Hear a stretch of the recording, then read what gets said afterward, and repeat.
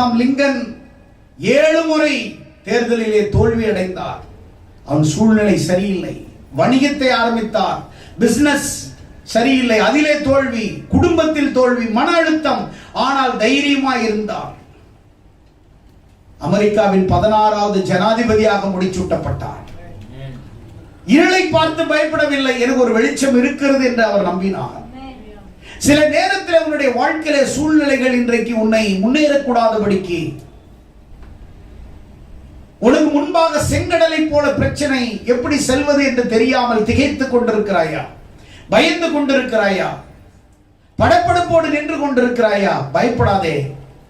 மோசே சொன்னார் அவங்களை பார்த்து, தைரியமா இருங்க, இன்னைக்கு உங்களுக்காக கர்த்தர் யுத்தம் செய்வார், நீங்க ஓரமா நில்லுங்க அப்படின்னார்.